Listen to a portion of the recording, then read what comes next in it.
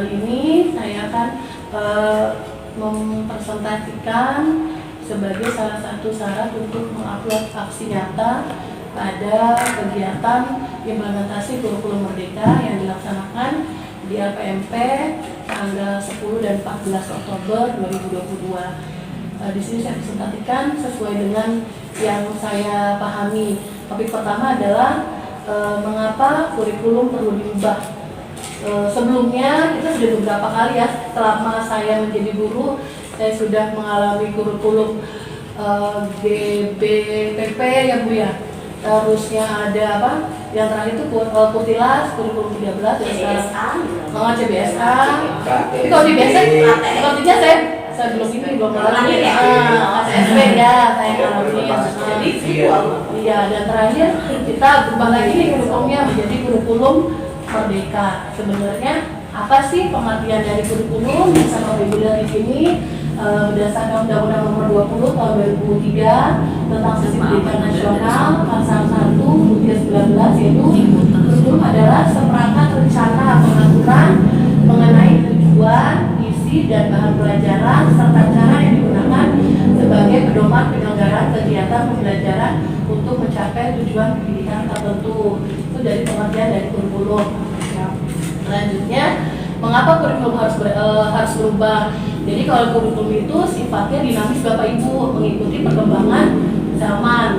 Jadi sesuai juga dengan kebutuhan siswa. Tidak mungkin kalau kurikulum tidak diubah karena kebutuhan siswa zaman dahulu, zaman kita menjadi pelajar berbeda dengan siswa zaman sekarang ya.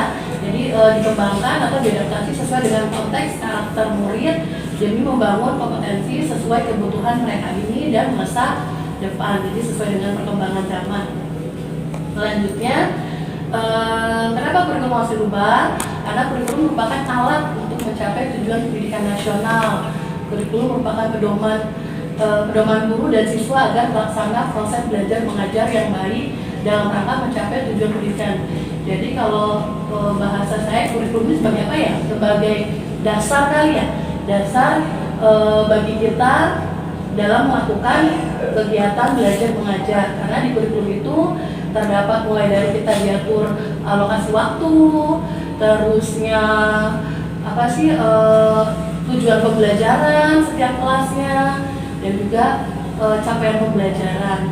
Nah, setelah Bapak Ibu memahami semua apa itu kurikulum, terus sebenarnya kurikulum itu harus seperti apa. Nah, timbullah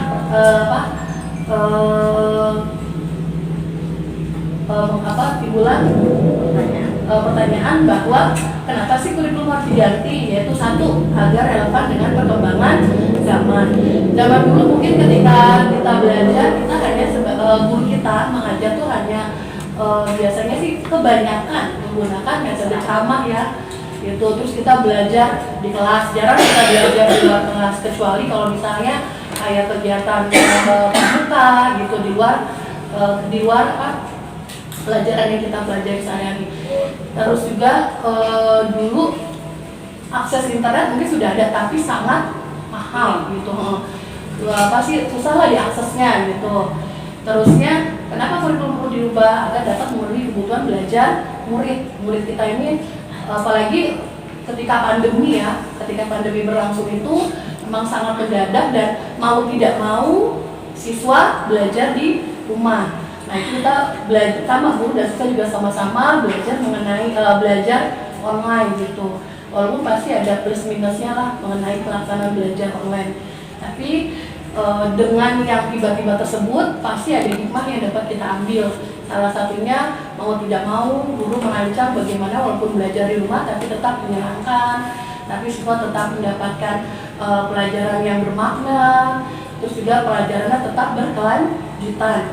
Gitu. Terus yang ketiga, kenapa kurikulum perlu dirubah? Agar dapat menyiapkan generasi cemerlang di masa depan. Jadi biar anak itu istilahnya tidak seperti gurunya lah gaptek gitu. Anak ini bisa melek teknologi, anak ini bisa mendapatkan sumber belajar yang nggak cuma dari guru, tapi dari sumber yang lainnya, bisa dari internet, dari Google, dari media sosial. Tapi di sini kita juga menekankan pentingnya siswa untuk bijak dalam menggunakan internet, dalam menggunakan media sosial. Inilah presentasi yang bisa saya paparkan.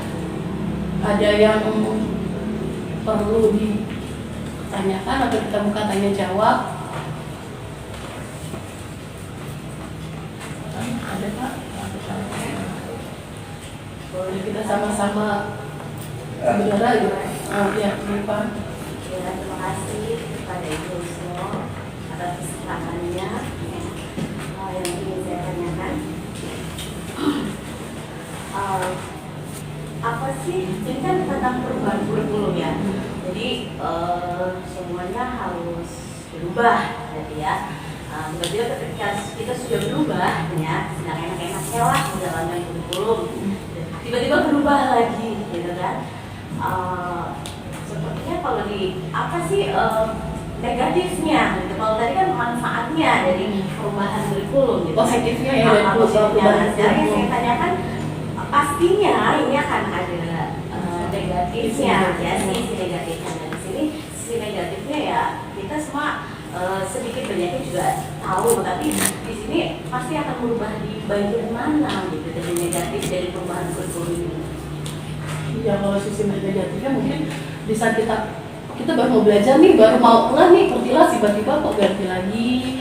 Terus apa sih kurikulum merdeka? Yang kata orang kalau merdeka enak, kita nggak terikat gitu, bebas kita mau ulangan atau tidak gitu ya. Sebenarnya sih nanti ada di presentasi selanjutnya sebenarnya apa sih kurikulum topik yang namanya merdeka belajar gitu. Jadi kalau sisi negatifnya kira-kira apa, ada Bapak Ibu yang bisa memberikan masukan? Iya, Bu Devi. Mungkin di sini kita lebih dalam mengisikan waktu untuk penyesuaian ya. Mungkin dulunya kita sudah mampu memahami kurikulum sebelumnya, tapi sekarang ada perubahan ini mau tidak mau ya kita semua ya, baik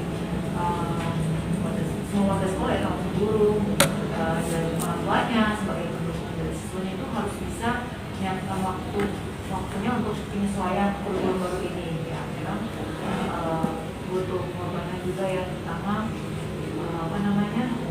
belajar lagi, belajar lagi dulu ataupun dari pihak siswanya juga banyak pembelajaran yang baru lagi. Kok beda ya sama yang kemarin ya? Ya memang itu yang harus kita jalani. Jadi kita harus bisa memberikan waktu, mencari ilmu, narasumber ilmu lagi yang bisa memperkaya dan mempermudah adaptasi kurikulum baru itu.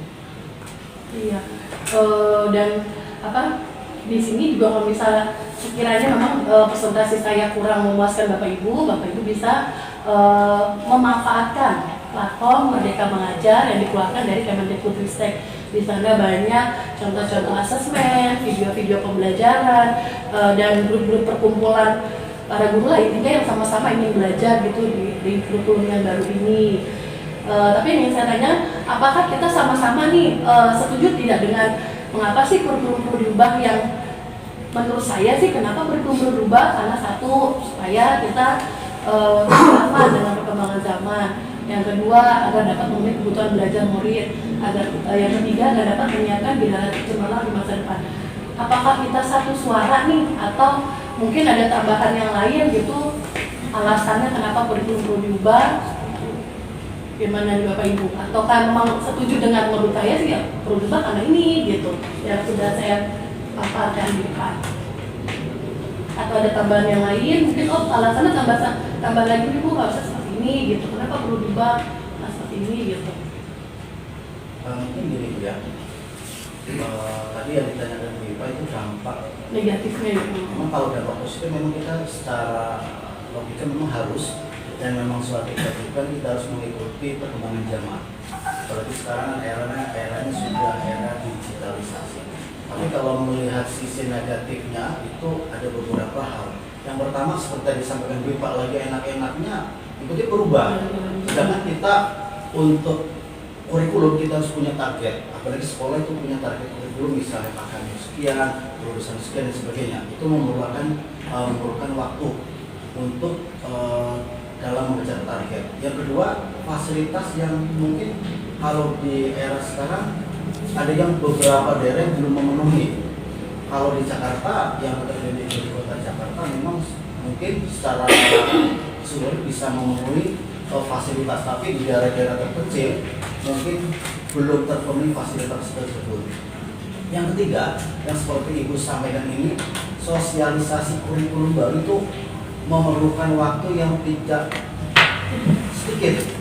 Tidak seperti kita memberikan telapak tangan, tapi butuh waktu dan berlatih pemikiran yang lama. Dan memang harus segera disampaikan, terutama oleh mungkin tutor-tutor yang sudah ditunjuk dari pihak dinas pendidikan, dalam ini kita juga dari Ibu. Jadi itu salah satu dampak negatifnya. Mungkin kalau dengan seperti kegiatan seperti ini, dampak negatif tersebut akan sedikit bisa diatasi. Mungkin begitu. Ada lagi yang lain? Kalau tidak ada, saya sedikit betul. Iya Pak. Saya masih bingung nih kalau diperhatikan antara K13 dengan kurikulum Merdeka ini kan banyak kesamaan, hanya diganti inflasi aja ya. Misalnya RPP diganti betul aja. Ada nggak perbedaan yang signifikan antara K13 dengan Merdeka, kurikulum Merdeka ini? Kalau yang saya pelajari sedikit gitu ya Pak, dari yang video-video pembelajaran itu, yang sekarang tuh guru lebih apa sih ya, waktunya tidak terikat. Terus bukan tidak terikat terus bebas gitu, enggak, maksudnya dia bisa menentukan mana nih yang mau saya tuju untuk pertama kali. Tapi tetap guru harus berkonsultasi dengan guru sebelumnya, dengan fase sebelumnya gitu. Terus juga guru tuh yang di awal harus melakukan asesmen awal bagi siswa. Jadi boleh kok guru mengkelompokkan siswa-siswa berdasarkan ini kemampuannya ini. Jadi agar siswa itu semuanya kebutuhannya terpenuhi, mereka sama-sama dapat belajar yang bermakna gitu sih Pak. Kalau dulu di Kurtilas kan ada ini nih, ada target gitu ya. Kalau sekarang guru yang menentukan sendiri, saya mau ini dulu deh gitu. Tapi tetap harus konsultasi dengan guru yang fase sebelumnya. Jadi biar lanjut belajarnya berkelanjutan gitu. Seperti itu sih pengetahuan saya sih. Dan kalau di sini juga apa ya?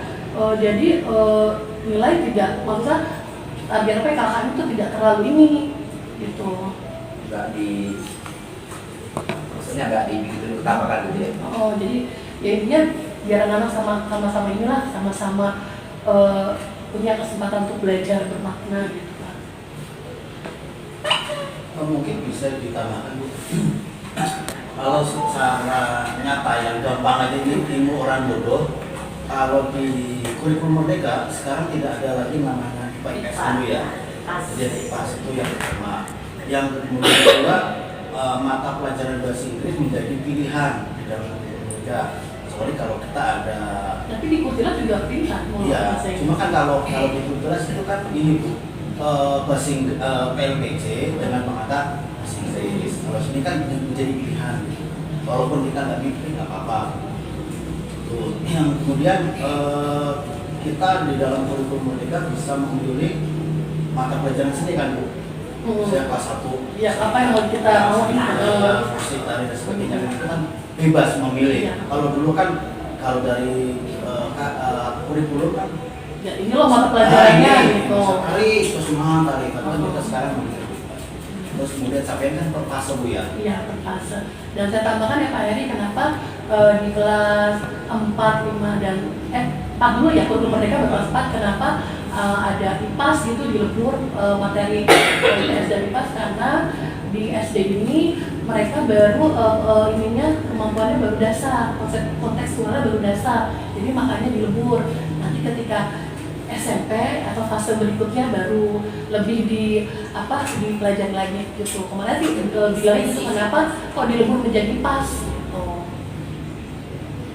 Ada lagi? Kalau tidak ada, saya rasa cukup sekian dan terima kasih diskusi kita, sehingga ada masukan-masukan baru nih gitu. Dibandingkan kalau kita hanya tahu dari YouTube sendiri, belajar sendiri, tapi kalau banyak kepala, banyak pendapat, jadi juga ilmu baru bagi kita.